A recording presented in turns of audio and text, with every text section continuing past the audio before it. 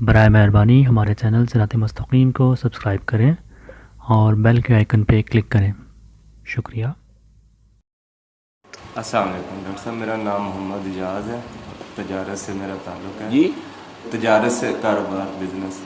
Doctor صاحب میرا سوال یہ ہے کہ آپ نے ایک اپنی اسپیچ میں کہا تھا کہ افغانستان جب میں گیا تھا تو ان سے میں نے پوچھا کہ آپ کے یہاں بینکنگ کا نظام کیا ہے، تو انہوں نے بتایا کہ ہمارے یہاں بینک ہی نہیں ہے۔ آپ نے کہا کہ آپ پیسے کہاں رکھتے، تو انہوں نے کہا ہمارے پاس بینک بھی نہیں ہے۔ تو اس کے علاوہ آپ نے یہ بھی کہا تھا کہ جب ایک اعلان ملا عمر کرتا ہے تو وہ گوشت کی کاشت بند کر دیتے ہیں۔ جب اتنا امن پسند ملک ہو تو یہ امریکیوں کو کیا مفاد تھے اس پہ حملہ کرنے کے، کیا مقاصد تھے ان کے اپنے ذاتی؟ اب آپ نے تو پہلے جو دو باتیں کہی ہیں اس سے تو خیال تھا کہ کچھ اور سوال آپ کریں گے۔ آپ کا سوال یہ ہے کہ جب وہاں میں نے کہا کہ بینک ہے یا نہیں، تو ان کا ہمارے پاس بینک ہی نہیں ہے۔ میں نے کہا پیسے کہاں رکھتے ہیں، تو ان کا ہمارے پاس پیسہ ہی نہیں ہے۔ تو یہ ان کی اس وقت کی صورتحال تھی۔ ظاہر بات ہے کہ ان کے پاس کوئی بہت وسائل نہیں تھے، وہ تو اچانک جو ہے اللہ نے انہیں حکومت دی تھی، ملا عمر کو اور ان کے ساتھیوں کو، جیسے کہ جھولی میں آم جو ہے، آپ کہیں بیٹھے ہو آپ کی جھولی میں آم گر جائے، تو اس طرح کی کیفیت تھی۔ تو کوئی فنڈز نہیں تھے، کوئی پیسے نہیں تھے کہ جس کے لیے وہ نظام، البتہ اگر اس نظام کو چلنے دیا جاتا اور پھر وہ اپنے انسٹیٹیوشنز ڈیولپ کرتے۔ ابھی تو کوئی پارلیمنٹ بھی نہیں تھی، کوئی مجلس ملی بھی نہیں تھی، کوئی باقاعدہ جو ہے مجلس شورا بھی کوئی معین نہیں تھی، وغیرہ وغیرہ۔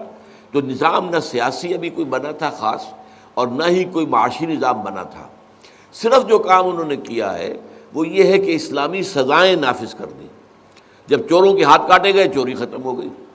ڈاکوؤں کو سزا دی گئی، شرعی ڈاکے ختم ہو گئے۔ اگر زنا کے اوپر سزا دی گئی تو زنا ختم ہو رہا۔ یہ تو ہو جائے گا، جب بھی ہوگا، کہیں بھی ہوگا، اگر اسلامی سزائیں نافذ کر دی جائیں تو جرائم ختم ہو جائیں گے، ختم ہونے کے برابر ہو جائیں گے، بہت کم رہ جائیں گے۔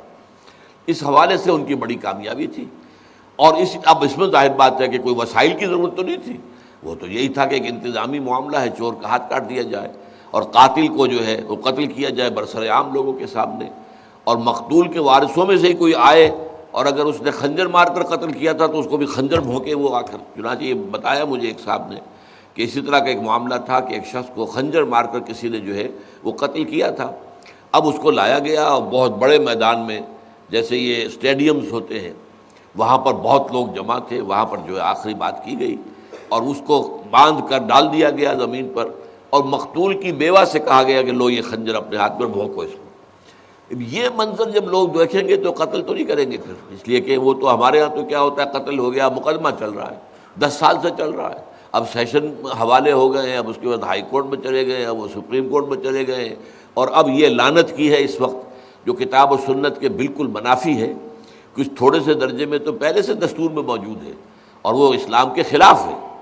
یہ دستور میں ہمارے ہاں پہلے سے موجود ہے کہ کوئی بھی شخص سزائے موت جس کو ہوئی ہو اور وہ سارے عدالتی پروسیجر جو ہے پورے ہو گئے ہوں، سیشن جج کا بھی، ہائی کورٹ کا بھی، سپریم کورٹ کا بھی، اور سب نے پھانسی کو برقرار رکھا ہو، تب بھی صدر کو حق ہے کہ وہ چاہے تو معاف کر دے۔ لیکن یہ اسلام میں قطعاً کسی صدر کا، کسی حاکم کا، کسی بادشاہ کا، کسی خلیفہ کا یہ حق نہیں تھا۔ ہاں مقتول کے ورثاء کا حق تھا کہ وہ اگر چاہیں تو معاف کر دیں، چاہیں تو فدیہ لے کر معاف کر دیں۔ تو اس حوالے سے میں یہ سوال سمجھا تھا، لیکن آخر میں آپ نے جو بات کہی وہ کیا تھی کہ کیا جرم تھا ان کا؟ وہ جرم یہی تھا، یہ آپ کو تو یاد ہوگا، یہاں بھی شاید میں نے پڑھائی تھی، وہ ابلیس کی مجلس شورا علامہ اقبال کی، تو یہ 1936 کے آس پاس کی کہی ہوئی نظم ہے جس میں ابلیس یہ کہتا ہے کہ مجھے اندیشہ یہ ہے عصر حاضر کے تقاضاؤں سے ہے، لیکن یہ خوف ہو نہ جائے اشکارا شرع پیغمبر کہیں۔ اگر پیغمبر صلی اللہ علیہ وسلم کا جو نظام ہے وہ کہیں دنیا میں ایک دفعہ اس نے اپنی چمک دمک دکھا دی تو میرا تو بیڑا غرق ہو جائے گا، میرے سارے نظام ختم ہو جائیں گے۔ اور یہ بات ہمارے ہاں کے ایک بڑے جو مفکر ہیں، اور وہ ہیں لبرل قسم کے اور سیکولر قسم کے مفکر ہیں، علامہ اقبال کے صاحبزادے ڈاکٹر جاوید اقبال، خود انہوں نے یہ گواہی دی۔ وہ ہو کر آئے تھے اس زمانے میں، تو وہ کابل وغیرہ میں کچھ دن رہ کر آئے، اور پھر انہوں نے آ کر تقریر کی تھی واپسی کے سفر کے دوران، کیونکہ سڑک پر ہے اکوڑا خٹک کا مدرسہ حقانیہ، جامع حقانیہ اکوڑا خٹک، وہاں تقریر کی انہوں نے، اور کہا کہ میں جو حالات وہاں دیکھ کر آیا ہوں، اگر چند اور مسلمان ممالک میں بھی وہ کیفیت ہو جائے تو پوری دنیا اسلام لے آئے گی۔ یہ خطرہ تھا جو کفر کو جو ہے وہ اس کے ایوانوں کے اندر خطرے کی گھنٹیاں بجی کہ یہاں تو اب اسلام ظاہر ہونے لگا ہے، اسلام ایک نظام کی حیثیت سے آ جائے گا تو پھر ہمارے سارے نظام ختم ہو جائیں گے۔ لہذا انہوں نے ملیا بیٹ کیا ہے، اس کو بہانہ بنانے کے لیے اپنے ٹوئن جو ٹاور سے خود گرائے ہیں۔ یہ نیو کونز امریکہ کے اور موساد جو ہے اسرائیل کی، ان کی ملی بھگت سے انہوں نے یہ ٹاور گرائے، اور اس لیے گرائے تاکہ جو امریکہ کے عوام ہیں وہ اب بڑی قربانی دینے کو تیار ہو جائیں کہ اب ہم نے جا کر طالبان کو اور اسامہ کو تہس نہس کرنا ہے، تو اس کے لیے ظاہر بات ہے کہ فوج جائے گی، خرچہ ہوگا، اور امریکی عام طور پر امریکی قوم جو ہے، حکومت نہیں، عام قوم جو ہے وہ امن پسند قسم کے لوگ ہیں، لہذا وہ اس کے لیے تیار نہیں ہوں گے کہ کانگریس اس کے لیے اتنی بڑی بڑی رقمیں جو ہے وہ سینکشن کرنے کو تیار ہو جائے۔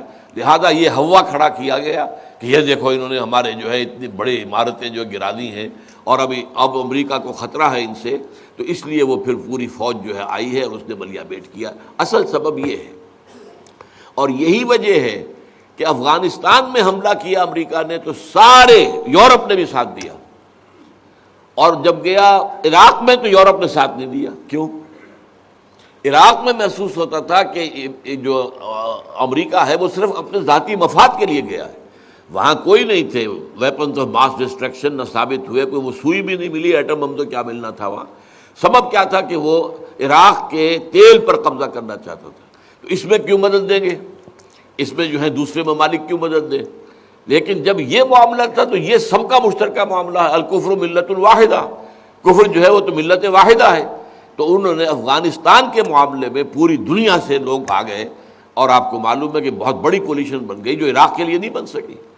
اور اس سے بھی اگلی بات آپ کو بتا دوں کہ جب لال مسجد کا معاملہ ہوا ہے اسلام آباد میں، اور صدر مشرف نے جو بھی کیا اس وقت ظلم کی انتہا کی اور بڑی بدمعاشی کے ساتھ کی، خود بڑھایا، اسے بڑھنے دیا اور پھر اس میں چیرا دیا۔